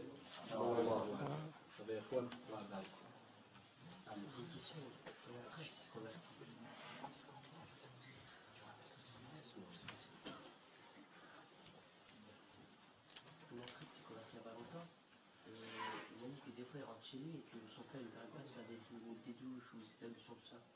Ce qui fait qu'il ne peut pas faire sa prière. Et je voudrais lui donner des conseils, mais je ne connais pas. Donc le frère il dit par exemple qu'il a un ami qui s'est converti et que son père lui interdit d'employer par exemple la douche pour par exemple faire les ablutions et autres. Comme si on va dire le père le surveille. Bon, c'est vrai que beaucoup d'entre nous ils ne sont pas au courant de la vie d'un converti, comment ça fonctionne. Il y a des convertis qui, alhamdoulilah, ont eu des parents qui ont tout accepté. Ils sont très rares. Et comme il y en a d'autres qui sont menacés, qui sont éjectés de la maison, qui subissent des insultes toute la journée, c'est pas facile, quoi. Il faut des fois, et c'est dommage, on en a sûrement qui est converti ici dans la salle. Regardez, machallah. Ça serait bien des fois qu'il y ait avec les chefs et les frères une petite jalsa comme ça, pour qu'un converti raconte un peu sa vie. Ça, oui. Comme ça, les frères, quand, vous savez maintenant, on s'est tellement habitué à les voir parmi nous qu'on croit que c'est à l'aise. Quand ils rentrent, c'est normal, tranquille. Et quand il sort, c'est normal, tranquille. Là, des fois, ils veulent l'adab. Des fois, même certains convertis me disent, Wallah, et que quand la mosquée doit fermer le soir, parce qu'il n'y a pas le choix, vous savez ce qu'il me dit? Il dit, je vais en prison. Et je retourne à la maison, c'est noir. Les problèmes, les insultes, les ceci, les cela. Et même comme ça, ils doivent respecter leurs parents. Ils n'ont pas le choix. Vous le savez, il n'y a pas le choix. Ils doivent respecter leurs parents. Et puis voilà, quand il y a des cas comme ça, nous on demande à nos jeunes, on dit ça dépend. Écoutez-moi bien. Ça dépend le jeune, quel âge il a. Des fois, ça peut être un converti qui est adulte, qui a déjà un certain âge, vingtaine d'années. Là, des fois, on le conseille, on lui dit, essaye de trouver un frère qui habite dans un studio. Vous savez, un frère qui vit seul, et à la rigueur, ils peuvent cohabiter ensemble. Et ils continuent comme ça à avoir une relation avec ses parents. Il n'y a pas le choix. Parce qu'on a des cas qui viennent chez nous qui ont 25 ans, 26 ans, 28 ans, et des fois, ils pensent que c'est haram de quitter alors la maison. On leur dit non, si tu subis un tas d'exactions à un point où tu ne peux plus mettre ta prière en pratique, ta religion en pratique, il n'y a rien qui interdit, même pas la loi du pays, rien du tout. C'était libre d'aller louer donc un endroit. Donc c'est bien par exemple de passer le mot entre frères, et des fois il arrive qu'un frère il vit seul, des étudiants, ceci, cela. Et alors là, à ce moment-là, le frère peut cohabiter. Et l'autre cas, on dira au frère, alhamdoulilah, on sait que. Et c'est pas parce qu'on est converti que ça change. Il y a des gens, quand ils font les ablutions le matin, ils arrivent à tenir plusieurs heures. Donc on apprend aussi à notre frère que tu n'es pas obligé d'aller faire chaque fois les ablutions. Il y a des fois on explique mal ça à nos frères convertis. Ils croient que chaque fois il faut aller faire les ablutions. Ça ils savent que dès qu'on perd les ablutions, ben on les a perdues. Mais sinon si jamais tu ne les as pas perdues, tu n'as pas besoin tous les 5 minutes d'entrer à la douche pour allumer tes parents là, et leur faire... Ça aussi tu dois lui expliquer. Et que alhamdoulilah il peut tenir une période. Et après, je m'excuse, mais même si le père l'embête ou quoi que ce soit, à un certain moment, quoi qu'il arrive, il faut quand même entrer à la toilette, il faut quand même aller se laver les mains. Alors je lui dirais, s'il a pu rester, s'il a fait ses ablutions de Dhuhr et qu'il a pu les tenir Dhuhr ou l'Asr, imaginez, 5h30, 6h, il va entrer pour les ablutions pour, par exemple, le Maghrib ou l'Isha. Et encore, je vais aller plus loin, je vais aller plus loin. Ce converti peut avoir la blague peut-être pour une prière, mais alors je le pousserai, étant donné qu'il est à la maison, qu'il y a une prière. Donc qu'est-ce que je lui dis alors? Qu'est-ce qu'on a dit tout à l'heure? De cela venir à la mosquée, qu'on soit logique. Puisque si jamais, sur la journée, il est embêté pour faire les ablutions, c'est qu'il est à la maison. Alors s'il est à la maison, c'est soit il est malade, là je le comprends, il y a un problème, là alors il fait comme on l'a dit, il essaye de faire en sorte de rester à l'eau, et que quand il a l'occasion d'entrer pour se laver les mains, là il fait vite les ablutions, il n'y a pas de problème. Et dans l'autre cas, le fait qu'il est libre, qu'il est à la maison, comme on l'entend d'après ta question, qu'il aille alors à la mosquée. Parce que le problème, c'est que quand il y a l'eau, on ne peut pas faire tayammum. Parce que souvent, on nous dit comme ça, alors je fais tayammum. Non. S'il y a de l'eau, il faut faire les ablutions. C'est seulement quand il n'y a pas d'eau. D'après, on va dans ce qu'on appelle le cas de force majeure grave. Et ça, alors, c'est une réponse qu'on donne spécialement à ce frère si il parle, lui, et explique sa situation. Un exemple, le frère, c'est l'achat. L'achat, des fois, il est tard, il est à 22h, par exemple, 10h le soir, et le père, il vient, et il ferme à clé, par exemple, le lavabo. Il dit, on l'a maturant, ni là, ni dans la cuisine. Parce que je te connais, tu vas aller faire ton petit lavage, là, à 2 francs, là. Et il ferme tout, par exemple. Et qu'il ne laisse pas sortir de la maison. Ça peut arriver. Des fois, ça arrive à des jeunes qui sont convertis chez nous, qui ont 15 ans. On a des petites 15 ans qui sont convertis, subhanallah. Si est-ce que ce petit 15 ans, tu vas dire, va habiter avec des copains? Non. Donc lui, ils vont lui donner une fatwa à part pour lui. C'est-à-dire que lui, en vérité, il tombe dans la fatwa de ceux où il n'y a pas d'eau. Effectivement, toi, était fermé. Le père lui dit, à partir de 10 € là, tu rentres dans une... Tu veux la toilette? Bah, t'as qu'à faire les ablutions avec l'eau de la toilette. Un exemple. Mais ça, c'est des cas extrêmes. Alhamdulillah, on en a eu. Je parle chez nous au centre, en 15 ans que je suis dans le bureau, j'en ai peut-être eu quelques-uns comme ça. Quelques-uns. Puis que je fais le bureau, plus l'école musulmane où j'étais, on a peut-être eu comme ça quelques-uns. Donc voilà, tu essaies de lui expliquer qu'il doit aller étape par étape. Allah ta'ala. Si une personne dit, dans la pratique de la prière, que méritons si nous le levons la nuit, sans que personne ne le sache à part Allah subhanahu wa ta'ala, et que nous pleurons nos péchés. Déjà, un des mérites que tu as, subhanallah, c'est que celui qui vient, qui se repent sincèrement. C'est pour ça qu'Allah subhanahu wa ta'ala dit, spécialement comme il est mis dans cette question. C'est-à-dire Allah subhanahu wa ta'ala a appelé les croyants pour qu'ils se repentent, mais d'un repentir sincère, avec regret. Enfin, Allah subhanahu wa ta'ala, déjà tu gagnes ce qu'on appelle donc le repentir. Ça c'est un bénéfice immense. Deuxièmement, n'oublie pas une chose. Allah subhanahu wa ta'ala, pour certaines actions que tu fais en privé entre toi et lui, tu ne vas pas des fois trouver de texte qui te parle de hasanat. Mais tu sais qu'Allah subhanahu wa ta'ala, il va donner sans calcul. Par exemple, pour le jeûne, est-ce que vous avez un hadith qui vous dit que quand tu jeûnes, combien de hasanat il y a? Ça c'est il a dit, illa siyam fa innahu li, dans le hadith qudsi qui parle d'Allah subhanahu wa ta'ala, il parle du jeûne. Qu'est-ce qu'il dit? Illa siyam fa innahu li wa ana ajzibe. Sauf le jeûne. Tous les actes que tu fais sans toi, Allah subhanahu wa ta'ala, tu as des hasanat, la prière en groupe, autant la prière, mais sauf le jeûne. Allah subhanahu wa ta'ala a laissé son bénéfice spécialement chez lui. Et donc tu peux avoir la même chose pour des fois les prières. Et on a des fois des textes qui parlent de certains bénéfices que tu reçois au paradis. Il y a des fois des actions que tu fais, que tu reçois un palais au paradis. Qasr fil Jannah. Il y a des textes là-dessus. Mais le principe, Allah d'alikum, ça doit être quelque chose qui, il vaut mieux qu'au début ça soit un peu, mais constant. Parce qu'on a le hadith, si je ne me trompe pas, de Zaynab radiallahu anha, qui elle avait mis une corde, elle avait mis un long, ça, entre deux piliers, elle a mis une corde. Et subhanallah, le prophète, ça s'est vu, il a demandé, c'est quoi cette corde? Ils lui ont dit, voilà, c'est Zaynab lorsqu'elle prie radiallahu anha, et qu'elle va se fatiguer, dès qu'elle va toucher cette corde, elle va alors se réveiller. Il a dit non, enlevez-le. Et chacun prenne donc son repos et sa, comment on va expliquer, sa sérénité et son machat lorsqu'il va faire une prière. Donc levez-vous, prenez 3/4 d'heure s'il faut pour commencer, comme ça le corps s'habitue, puis ainsi de suite. On va alterner à chaque fois, on va chaque faire fois une question écrite, une question de oui. Oui, je voulais savoir, celui qui, apparemment, ça fait des années qu'il travaille, et ce travail ne lui permet pas de faire sa prière à l'heure et d'assister à la Jumu'ah. C'est-à-dire que nos grands-parents, moi, ils m'ont raconté, il a travaillé 30 ans, et sur ces 30 ans, il n'a presque pas fait ses Jumu'ah, payé à l'heure, je veux dire.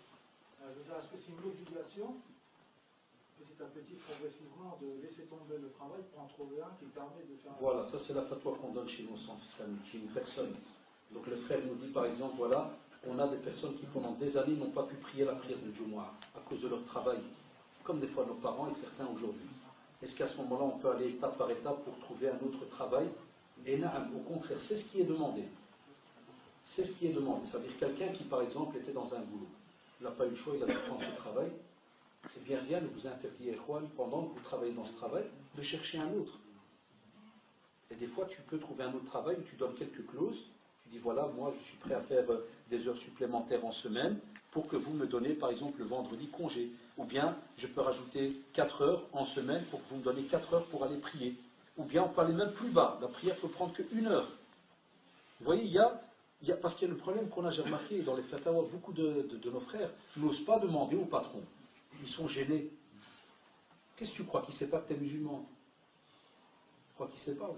Il le sait. Toi, sois sincère, comme le verset qu'on a dit tout à l'heure. Allah il donne sa parole, il te donne sa parole.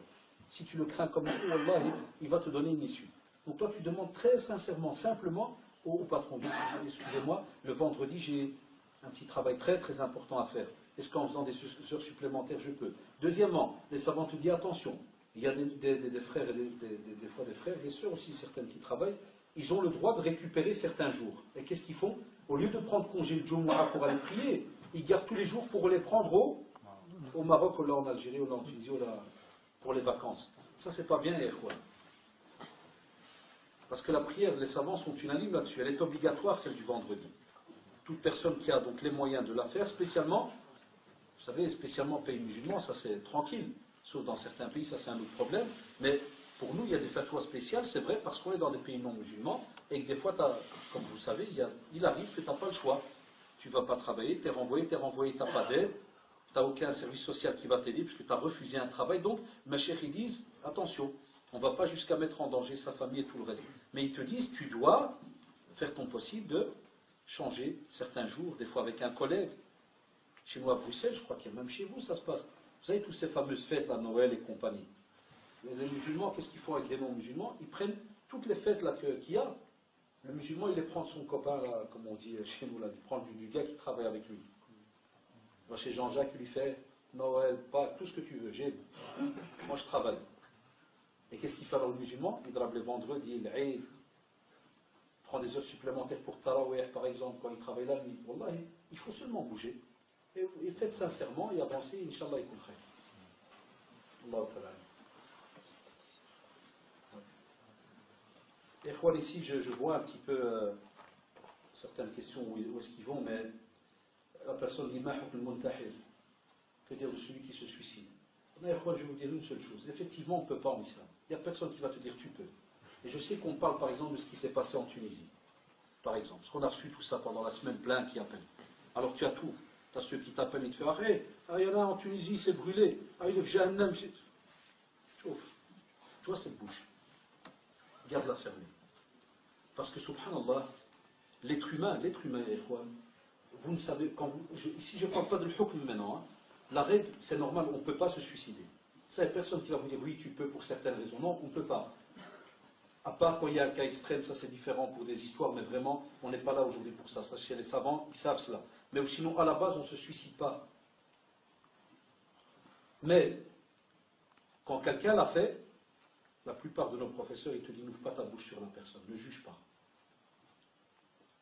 Dis, alhamdulillah, di afana bima btala abi kathiru min ibadi. Stop.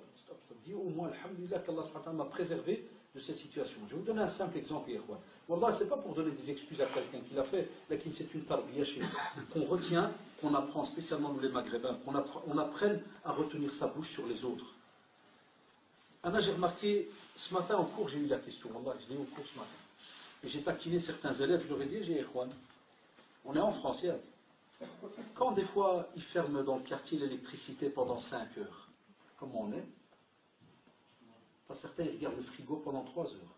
Il y a le kilo de viande si jamais il déjeune. Tu vois, il pas bien.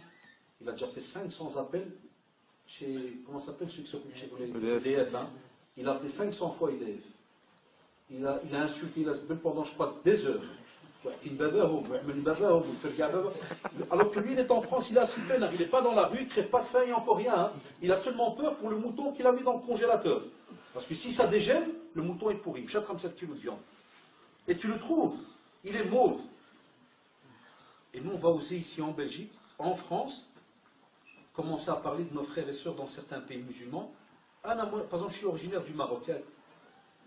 J'ai mes propres cousins qui, wallah, ils n'ont pas de travail ni de quoi manger. On leur envoie de l'argent, par exemple. Il n'y a pas. Wakha, il veut chercher à manger parce qu'il y prend des cacahuètes, il va les vendre à la plage. Après, il te dit, ouais, mais la plage, c'est haram, ils sont ténudés, vous m'envoyez vendre des cacahuètes. Moi, qu'est-ce qu'on se dit, nous? Alhamdulillah, qu'Allah ne nous a pas testé par rapport à cela. Donc, ce que je veux dire par là, Yéhouan, Anna, je vais te dire, effectivement, on ne peut pas se suicider. Qu'est-ce que tu attends alors de moi? Pour que je te dise, voilà, c'est des koufars? Non, Yéhouan, n'entrez jamais là-dedans.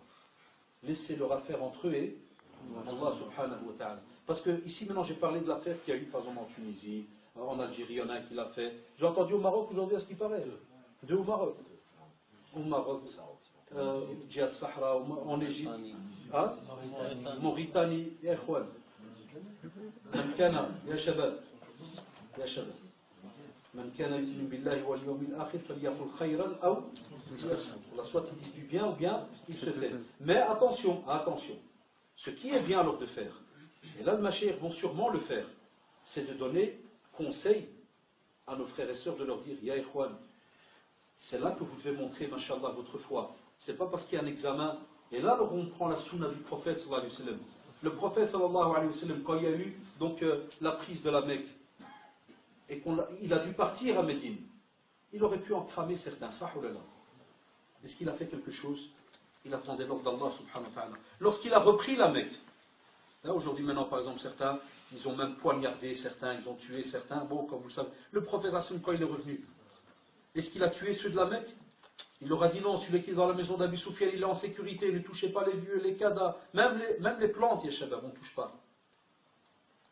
Mais comme vous le savez, la pratique chez les gens, chacun son niveau. Donc on ne peut pas, que voulez-vous? Vous croyez que c'est nous les êtres humains qu'on va commencer à juger les autres? Mais il faut alors qu'on fasse des rappels. Et pour dire, c'est quand il y a une épreuve, c'est là qu'on voit la foi et qu'on se bat. Voilà. Ça c'est le principal d'Alikoum. Mais pour être juste, on va revenir après aux frères, parce qu'il a envoyé, tabarakallah, 1, 2, 3, 4, 5, 6, 7, 8 questions. On va faire une, puis on revient s'il y en a plus. Qui a une question avec la main? Oui. نصيحتكم للشاب غير المتزوج ونصيحتكم للآباء في تسهيل الزواج. Le frère Bonzallah, il dit un conseil pour les jeunes qui ne sont pas encore mariés, et un conseil aussi pour les parents pour faciliter le mariage. C'est vrai qu'on a un drôle de problème dans ce domaine du mariage. Wallah, c'est drôle. En vérité, le mariage était quelque chose qui est tout à fait naturel dans la vie de la personne. Ça, Allah subhanahu wa ta'ala dit وَمِنْ آيَاتِهَا خَلَقَ لَكُم مِنْ أَنفُسِكُمْ أَزْوَاجًا لِتَسْكُنُوا إِلَيْهَا وَجَعَلَ بَيْنَكُمْ مَوَدَّةً وَرَحْمَةً إِنَّ فِي ذَلِكَ لَآيَةٍ لِقَوْمٍ يَتَفَكَّرُونَ. C'est parmi ces signes d'Allah subhanahu wa ta'ala. Justement, il a fait des hommes et des femmes qui se marient. Et qui est la bonté, la clémence, l'amour entre eux. Il y a là des signes pour ceux qui réfléchissent. C'est-à-dire le mariage est important. Et on sait que c'est une ibada. Ça, tout le monde est unanime. Mais il faut comprendre, chers frères, que le problème qu'on a aujourd'hui, c'est quoi? C'est que beaucoup de jeunes aussi, soit ils n'ont pas montré le sérieux, et à cause de ça, ceux qui sont sérieux, ils sont condamnés. Ça, c'est un drôle de jeu ces derniers temps. On a mis tout le monde dans le même paquet. Ou bien on a des parents qui sont justes, ils ont peur pour leur enfant, comme on a des parents qui sont injustes. Ils bloquent pour bloquer. Et parmi eux, il y a des fois des racistes. Ça arrive, des fois du même pays. Qu'est-ce qu'il y a comme nationalité qui a le plus maintenant dans la salle? Marocain, Algérien, chinois, à Bruxelles, c'est beaucoup de... Par exemple, Marocain, ici, c'est beaucoup de quoi? Je donne un exemple. Je ne connais pas bien l'Algérie, mais comme ça, j'apprends à connaître l'Algérie. Et Djib Chouahid qui habite Bab Loued. Là, il faut Bab Loued. C'est ce que nous, on entend à Bruxelles, Bab Loued. Donnez-moi un autre nom de village. Kabylie, par exemple. Tizouzou, Kali Tizouzou aussi. Tizi Ouzou. Vous avez Tizouzou, nous on a Tizi Ouzou. Tizi Ouzou, c'est comme ça. Tizi Ouzou. Mashallah. On l'a bousqué ici. Il y a un autre village, là, tu vois, regarde, on n'est même pas encore marié, il commence déjà à s'énerver. Vous avez vu, hein? Ben, voilà ce qui se passe des fois dans les familles. Moi, je suis marocain, moi, personnellement. Ah, mais tu connais Bousqui, hein, c'est bien. La liste est ouverte, machallah. Mais pour rigoler avec le frère, Jazallah, des fois dans les familles, ça se passe de la même manière. Par exemple, le garçon, il vient, il dit à sa mère, Walida, je crois que j'ai trouvé une fille, Inch'Allah, elle vient de Bab el-Wad. Et on est dit, Majbarti al-Wad, Wad Dik. Majbarti Tashim Muta'afo. Je ne connais pas un autre endroit, al-Wad. Ou dans notre village à Ibad. Et donc, elle va. Les parents, des fois, ils ont une bonne intention. Parce qu'on a même des parents en France qui sont devenus comme Médecins sans frontières. Vous connaissez Médecins sans frontières? Ils veulent marier toutes les cousines du Maroc. Ils veulent faire le khair pour sauver toutes les pauvres du Maroc. Ou bien ils veulent sauver tous les pauvres. Et ils te disent, non mais dans ma famille, elles ont personne, si elles sont jetées. Et il dit ça à qui? Un mec de la cité là qui vit dans la RATP du matin. Et le gars il regarde ici. Je crois que je fais les bonnes œuvres. Je vais sauver le... Vous voyez le problème. Il y a qu'à, on a tous les modèles dans le mariage. Alors qu'à la base, comme a dit le frère, normalement il y a tashil dans le mariage. Pourquoi? Parce que, écoutez-moi bien, parce que logiquement il y a la crainte d'Allah subhanahu wa ta'ala chez chacun. Même s'il y a certains savants ils parlent de cette tradition, mais en général elle revient très souvent. Il te dit, s'il vient à vous celui dont vous agréez le comportement et la religion, mariez-le, c'est un ordre. C'est un ordre. Idfar bidat ad-din, talibat yadak. Choisis celle qui a la religion, tu auras fait le bon choix. Ça, c'est la facilité dans la religion. Mais c'est parce qu'il y a eu un tas de problèmes que certains blocs, soit ils ont des bonnes raisons, soit il y a des mauvaises. Donc, on craint Allah subhanahu wa ta'ala. Parce que qu'est-ce qui se passe? Le prophète sallallahu alayhi wa sallam l'a dit. Si jamais vous ne les mariez pas, il y a une fitna. Ça veut dire qu'il va y avoir quoi dans la communauté? La débauche. Est-ce que c'est ce qu'il y a ou pas, ya shabab? Wallahi, c'est ce qu'il y a. J'avais fait une conférence sur Facebook, parce que je ne connaissais pas bien Facebook. C'est des jeunes qui m'ont dit, Haddaj, passe maintenant à un autre style de conférence. Alors, il y a des genoux, ils ne fonctionnent plus avec GSM, ils fonctionnent avec du virtuel, avec l'informatique. Je dis, comment ça? Wallah, des jeunes, ils m'ont inscrit. Première inscription, j'ai fait Tenaoui. Je me suis appelé Abou, sans mentir. Et j'ai donné, pour pas que vous sachiez qui c'est, j'ai donné donc le nom de mon fils. Donc, comme ils ne savent pas donc c'est qui, chaque fois que je demandais ami, ils acceptent. Ils acceptent. Tout le monde. Et tu trouves le vdayah. Tu trouves le vdayah, yékhouan, wallahi l'adhim. Donc, je les ai bien, les têtes, j'ai bien reconnu, j'ai noté leur nom, les pseudos. Après, je me suis inscrit avec mon vrai nom. Après, si vous rentrez dans Facebook, vous allez trouver mon vrai nom. Quand je suis rentré avec mon vrai nom, et j'ai été chez certains pour demander ami, wallah, j'ai fait à peu près 500 demandes. Parce que j'ai trouvé plein d'élèves à moi, des sahab, des cadres. J'ai fait, wallah, presque 500 demandes. 480 refus. Wallah, quand j'ai fait l'exprès, plus de 480 refus. Et parmi les 20 qui m'ont accepté, ils m'ont dit, Wa Haddaj, smahna si tu avais quelque chose de bizarre.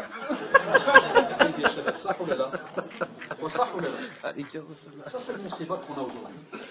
Donc nos jeunes, en vérité, les parents, ils pensent que nos jeunes ne sont pas mariés, mais ils le sont, mais dans le haram. Il y a des parents, tu lui dis, ouais, ton fils, fais un mon fils, comme une pierre. Il est toujours dans sa chambre, il ne bouge pas. Je suis même étonné, mon fils, il ne sort plus. Alhamdulillah, fraht. Alors des fois, j'embête certains parents, je lui fais, عندك l'internet. عندك l'internet, l'ordinateur, je fais, il fait, يا عندي. وولدك عنده l'ordinateur. يا واش كيدير؟ هو ما نعرف. وقال له عمي قال لك حداش ce soir il va passer, on va regarder les fichiers ensemble. والله le lendemain le père il revient الجامع شنو مركز me fait والله إلا عندك الحق المسخوط ما بغاش يدخل. قلت له افتح لي l'ordinateur ما بغاش. قلت له حداش il va venir قال لي non non non surtout pas والله العظيم vous le savez يا شباب. Donc comme il dit le frère, au plus des fois on sert, mais vous le savez, tu sers d'un côté, mais on leur ouvre la porte de l'autre côté. Et nos filles, comme vous le savez, sont déjà passées par 2-3 garçons. Nos frères sont déjà passés par 2-3 filles. Il est sorti avec une pendant 4 mois, l'autre avec 3 mois, et le père il est tout farhan, il croit qu'il va marier sa fille pour la première fois. Non, c'est déjà son 4e mari qui est, le 4e qui est déclaré, et les 3 autres sont virtuels. Ils se baladent dans les câbles. Donc faites attention, Bardalikum. Quand un jeune vient, spécialement il y a des parents parmi nous, quand un jeune vient, alhamdulillah, faites une enquête. L'islam ne vous demande pas de donner votre fille à la seconde. Là, faites une enquête. Il y a une enquête de moralité, c'est connu chez nous. Le prophète sallallahu alayhi wa sallam, il y a un compagnon, il est venu chez lui, il dit, Rasulallah, je me suis marié. Il avait pris une fille de l'Ansar, côté donc de Médine. Il lui a dit, est-ce que tu l'as vu? Il lui a dit non. Il dit, retourne et va voir. Donc on doit enquêter. Et après, alhamdoulilah, si tout est bien, qu'on marie nos enfants, qu'on ne les laisse pas, après l'Arf d'aller faire n'importe quoi. Et je termine, c'est vrai que Jazar, il m'a dit de raccourcir les réponses, mais il y a des questions qui sont... On a chez nous au centre, et si jamais un jour vous ouvrez en cachette un bureau pour recevoir certaines plaintes, Wallah, chez nous au centre à Bruxelles, combien de filles maghrébines viennent enceintes et qui veulent avorter parce qu'ils sortaient en cachette avec un garçon. Puis le garçon est grave, et c'est elle qui reste avec le cache. Wallah, Wallah, sans exagérer. On est quatre imams qui recevront toute la journée donc les problèmes de famille. Minimum, on a une fille qui vient, minimum, par semaine ou bien deux. Par semaine. Et je ne vous parle pas de celles qui appellent par téléphone. Hein, parce qu'il y en a qui nous appellent par téléphone. Je peux avorter, j'ai 2 mois. Qu'est-ce qui se passe là? Non, j'étais avec un mec, il est parti. Je vais parler avec mon ventre chez mon père maintenant. Hein. Ah. Donc il faut bien réfléchir. Et comme je l'ai dit, il y a aussi des jeunes, c'est des gamins aussi. Il y a des jeunes parce que ça lui vient comme ça par les joies de Marie, ils croient que c'est un jeu ou là. Donc on doit un peu revoir cela au fur et à mesure, mais il ne faut pas fermer pour fermer. Allah ta'ala al-lumière.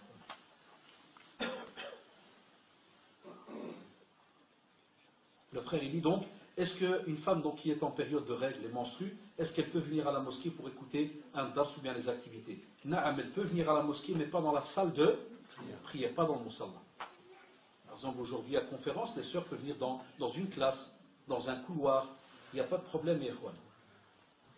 Ça c'est donc connu, alhamdoulilah, chez les savants, comme vous le savez. On va prendre une question. Question à la main de Doué. Quand on a une baisse de foi, ça m'arrive, moi, j'ai des baisses de foi, parce que je sors dehors, je vois la chétane partout, tu vois. Les femmes, c'est chétane. T'es marié ou pas encore? Non, je suis pas marié. Tu vas jamais te marier alors. Tu ne vois pas. Si jamais tu vois, c'est tout le mal. On n'a rien encore. C'est la langue qui a lâché comme ça. C'est comme elle s'habille et tout. C'est dur pour nous, les hommes. Il ne faut pas les regarder, mon frère. Ouais, mais j'ai l'habitude de les regarder. La preuve, tu regardes les moches. Non, mais regardez ce problème. Est-ce qu'on regarde les moches? C'est personne qui se bat pour regarder les moches. Hein. Là, ils arrivent à se retenir. Est-ce que je te comprends, mais je commence déjà dans la réponse. Parce qu'on dit souvent, oui, mais les femmes... Non. Le musulman, cher frère, écoute-moi bien, wallahi. Le musulman, et subhanallah, vous avez remarqué ta question avec le frère, elle est comme un peu collée. C'est que le frère, ce qu'il dit là, wallah, je suis content, et shadillah, quand quelqu'un parle avec sincérité. Il avoue, il te dit, voilà, je suis faible. Et il n'a pas 15 ans, le gars, ça se voit, il est déjà âgé. Où est-ce qu'on en est de nouveau à la question du frère? Parce que c'est naturel. Tout être humain arrivé à un âge, subhanallah, il veut partager certaines choses avec quelqu'un. C'est naturel, subhanallah. Mais, comme vous l'avez remarqué, qu'est-ce qui se passe alors? La personne va trouver un certain vide, il va se retrouver dehors. Et comme il a dit, il y a une faiblesse de foi, et on regarde n'importe quoi. Le prophète, sallallahu alayhi wa sallam, il nous a donné une solution. Il t'a dit, cher frère, jeûne, saume, fais le jeûne. Parce que le jeûne, wallah, il t'oblige justement à baisser le regard. Et le jeûne, quand tu fais une niya le matin, comme toi, tu vas jeûner, qu'est-ce qui se passe? C'est comme si tu as donné ta parole, que ta journée, elle va être donnée à qui? À Allah. Donc comme tu sais qu'il y a un bénéfice derrière, c'est comme pour le jeûne qui a demandé par rapport au lundi et jeudi. C'est parce que le prophète, il aimait ces jours-là, car les actes, ils montent vers Allah. Et il voulait à ce moment-là être à jeun, pour avoir un peu plus de bénéfices. Donc toi, je te demanderai de jeûner. Je te demanderai aussi, si jamais toi, tu connais bien ton quartier, tu sais...